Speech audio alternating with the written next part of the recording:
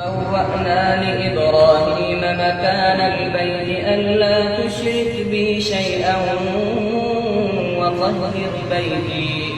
وطهر بيتي للطائفين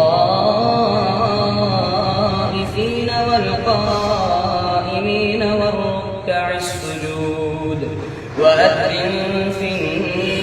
الناس بالحج يأتوك رجالا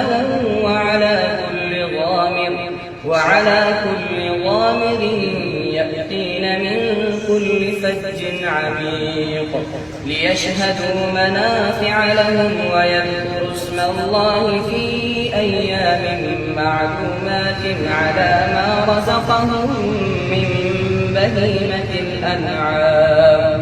فكلوا منها وأطعموا البائس الفقير ثم ليقضوا تفتهم وليوفوا نذورهم وليطوفوا بالبيت العتيق ذلك ومن يعظم حرمات الله فهو خير له عند ربه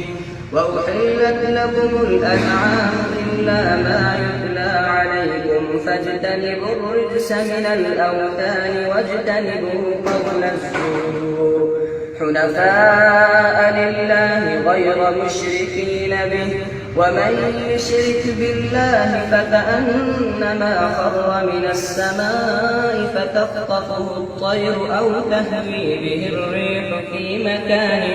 سحيق ذلك ومن يعظم شعائر الله فإنها من تقوى القلوب لكم فيها منافع إلى أجل مسمى